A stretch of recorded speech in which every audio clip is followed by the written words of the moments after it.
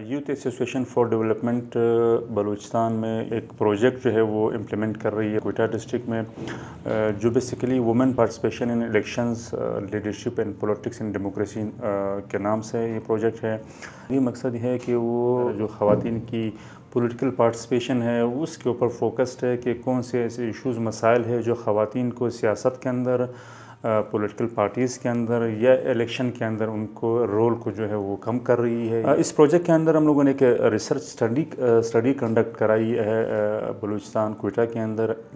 जिस स्टडी का बुनियादी मकसद ये था कि हमारे पास एक रोड मैप हो, एक गाइडेंस हमारे पास हो कि क्वेटा के अंदर ख़वातीन के कौन कौन से मसाइल हैं, वो इलेक्शन में क्यों हिस्सा नहीं लेती हैं, वो पॉलिटिकल पार्टीज़ का हिस्सा क्यों नहीं है, वो डेमोक्रेसी पाकिस्तान के अंदर डेमोक्रेसी को स्ट्रेंथन करने में उनका रोल क्यों कम है। फिर जब हम लोगों ने इलेक्शन कमीशन ऑफ पाकिस्तान के लॉ को या ऑर्डिनेंस को स्टडी किया, या नादरा के ऑर्डिनेंस को स्टडी किया, या उसमें जो अमेंडमेंट्स हुई थी उसको स्टडी किया, या फिर हम लोकल गवर्नमेंट ऑर्डिनेंस की अगर हम बात करें, या फिर पॉलिटिकल पार्टीज़ के जो वो है वो मैनिफेस्टोज़ है वो उसको जब हम लोगों ने रिव्यू किया,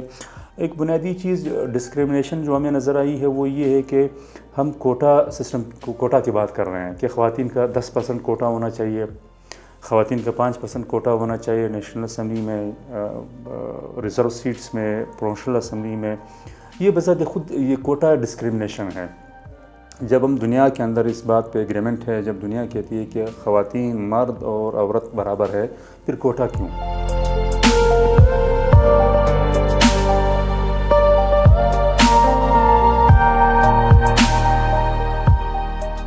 कि बलूचिस्तान में अभी तक वही सोच है कि ख़ातून को एक मखसूस नशस्त पे ला के असम्बली में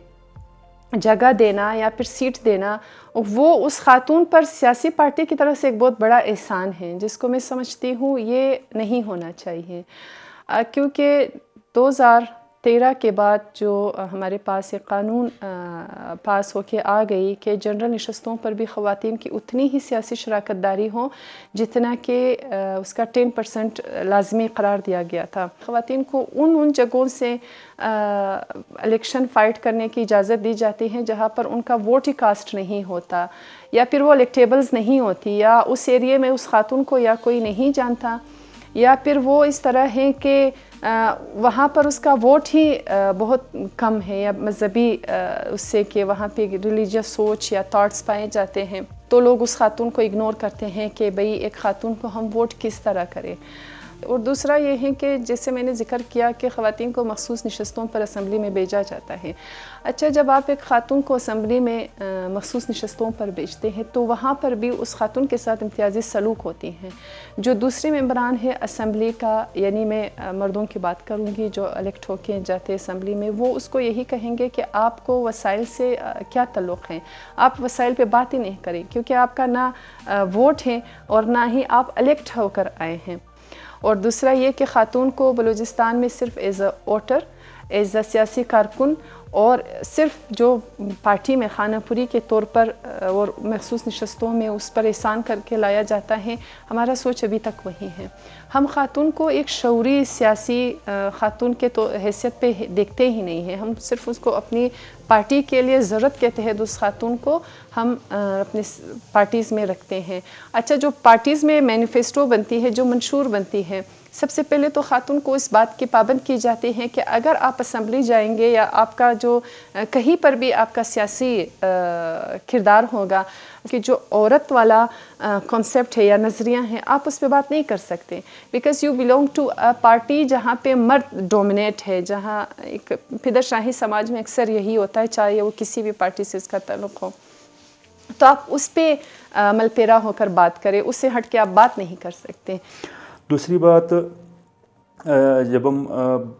बात करते हैं पॉलिटिकल पार्टीज़ की, अगर बात करते हैं तो पॉलिटिकल पार्टीज़ जो है वो काफ़ी रिलेक्टेंट है ख़वातीन को। वो ये समझते हैं, एक जनरल परसेप्शन ये है कि ख़वातीन उस तरह अपना रोल अपना नहीं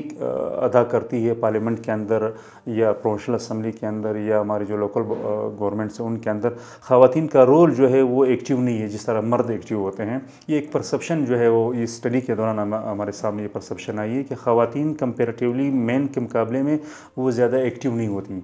वो पार्लियामेंट के अंदर या असम्बलीज़ के अंदर या पॉलिटिकल पार्टीज़ के अंदर उनका रोल जो है वो इतना एक्टिव नहीं होता। ये एक परसेप्शन है, दुनिया में हमारे साथ एग्जांपल्स है, इवन हमारे पास बलूचिस्तान के अंदर एग्जांपल्स है जो ख़वातीन पार्लियामेंट के अंदर है। आप पिछले कोई 2 टेन्योर का आप रिकॉर्ड उठा ले, जितने भी लेजिस्लेशन हुई है वो हमारी ख़वातीन मेंबर्स ने उसको इनिशिएट किया है। इसके अलावा जब हम बात करते हैं जो CNIC की अगर हम बात करते हैं तो उसका जो क्राइटेरिया है वो बलूचिस्तान चूँकि एक ट्राइबल सेमी ट्राइबल एक सोसाइटी है, उसके अंदर ख़वातीन का ओपन घूमना भी एक मसला है, उनका अकेले जाना भी एक इशू है। तो जो नादरा के पॉलिसी है CNIC फॉर्मेशन का वो थोड़ा सा लेंथी है, उसमें जो है वो आपको 2-3 बार जो है वो जाना पड़ता है वहाँ पे नादरा ऑफिस, फिर वहाँ पे एक हल्फिया बयान आपको रिकॉर्ड कराना पड़ता है, आपको 17 से अटेस्ट करवाना पड़ता है। तो इस तरह की कुछ वो पॉलिसी लेवल पे जो नादरा की CNIC का एक प्रोसीजर है वो भी थोड़ा सा लेंथी है और वन विंडो ऑपरेशन नहीं है।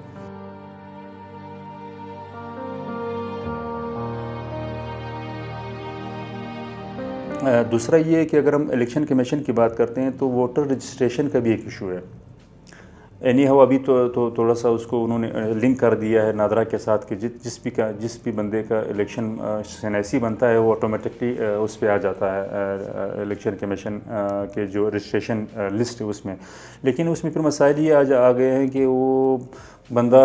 का घर जो है वो यहाँ पे है और उसकी रजिस्ट्रेशन जो है वो किसी और हल्के में हुई है, उसका घर का एड्रेस यहाँ पे है, उसकी जो रजिस्ट्रेशन होती है वो किसी और डिस्ट्रिक्ट में, किसी और तहसील में, किसी और विलेज में। फिर ख़वातीन की मोबिलिटी भी इलेक्शन के दिन जो है वो काफ़ी मुश्किल होती है। एक तो हमारा जो पोलिंग बूथ्स है, जो हमारे पोलिंग स्टेशंस हैं वो सारे मेल के उसमें बनते हैं। ख़वातीन के जो पोलिंग स्टेशंस हैं वो बहुत ही लिमिटेड बनते हैं। फिर उसी एक इलेक्शन कमीशन में उनको एक बूथ अलाट किया जाता है ख़वातीन को, जहाँ पे ना सिक्योरिटी का कोई इंतज़ाम होता है, ना वहाँ पे ट्रांसपोर्टेशन का कोई इंतज़ाम होता है, ना वहाँ पे जो है ख़वातीन को बैठने का या वेटिंग एरिया कुछ इस तरह हो, जिसमें ज़ाहिर वो ट्राइबल सेटअप में फिर लोग अवॉइड करते हैं, ख़वातीन को इलेक्शन के लिए नहीं छोड़ते हैं।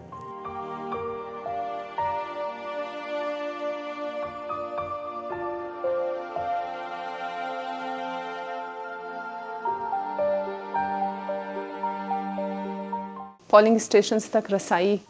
ये फैमिली वाले यही कहेंगे कि भाई आपका टाइम वेस्ट होगा, आप जाओगे, वो जो कतार ख़वातीन का लगता है उसमें 2 घंटे तो आपका टाइम उधर वेस्ट हुआ। और अगर आप वोट देके आपके वोट से, अच्छा दूसरा जुमला उनका क्या होता है कि आपके वोट से क्या ऐसी तब्दीली आएगी, आराम से घर बैठ के बच्चों को संभालो, वोट देने की क्या ज़रूरत है। मेल पॉलिटिकल वर्कर, आप ख़ुद तो जाओगे लेकिन आपका सोच सकाफ़ती तौर पर या फिर वो जो हमारी रवायात एक हमारे जहनों पे, मर्दों के जहनों पे बना हुआ है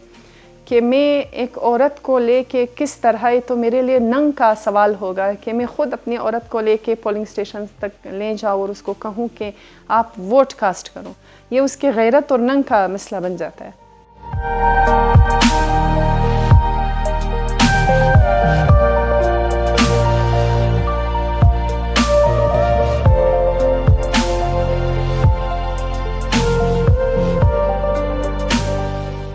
और इसके साथ साथ ये भी एक बड़ा मसला है कि ख़वातीन की अपनी राय नहीं होती है इलेक्शन में। वो फैमिली के जो सरबराह डिसाइड करते हैं कि इस बार किसको वोट कास्ट करना है, तो ख़वातीन अमूमन उसी को फॉलो करती है। मोस्टली तो उनको वोट डालने का हक़ नहीं होता है, उनको अलाउ नहीं करते हैं पोलिंग स्टेशन जाके अपना वोट कास्ट करें। और जो लोग जाते हैं उनको फिर अपनी फैमिली रिलेटिव्स के कहने पे वो वोट कास्ट करते हैं। मतलब उनका जो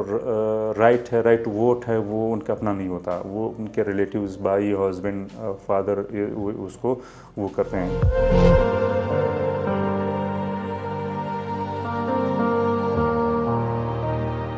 बलूचिस्तान में बहुत कम ख़वातीन ख़ुद मुख्तार हैं। अगर वो ख़वातीन ख़ुद मुख्तार भी है तो पॉलिटिकली कि वो देख रही होती हैं कि जो हमारा लीडरशिप है, मेल लीडरशिप, वो क्या कह रहा है। अगर वो ख़वातीन के इशूज़ पे बात भी करना चाहें तो being Khatoon, being a women, वो कुछ चीज़ों पे पार्टीज़ में, अपनी पार्टीज़ के उस पर वो बात नहीं कर सकती क्योंकि वो पार्टी के मैनिफेस्टो के ख़िलाफ़ जाती है। और पार्टी की मैनिफेस्टो मेल डोमिनेटिंग जो मैनिफेस्टो होती है, मैं उसको हमेशा मेल डोमिनेटिंग मैनिफेस्टो कहती हूँ, क्योंकि वो एक मर्द की बनाई हुई मैनिफेस्टो होती हैं। उससे इवन जो पार्टीज़ में, सियासी पार्टीज़ में जो ख़वातीन होती है, उससे पूछ कर भी नहीं बनाया, यानी कि डिसीजन मेकिंग में भी ख़वातीन की कोई वो नहीं है शराकत दारी।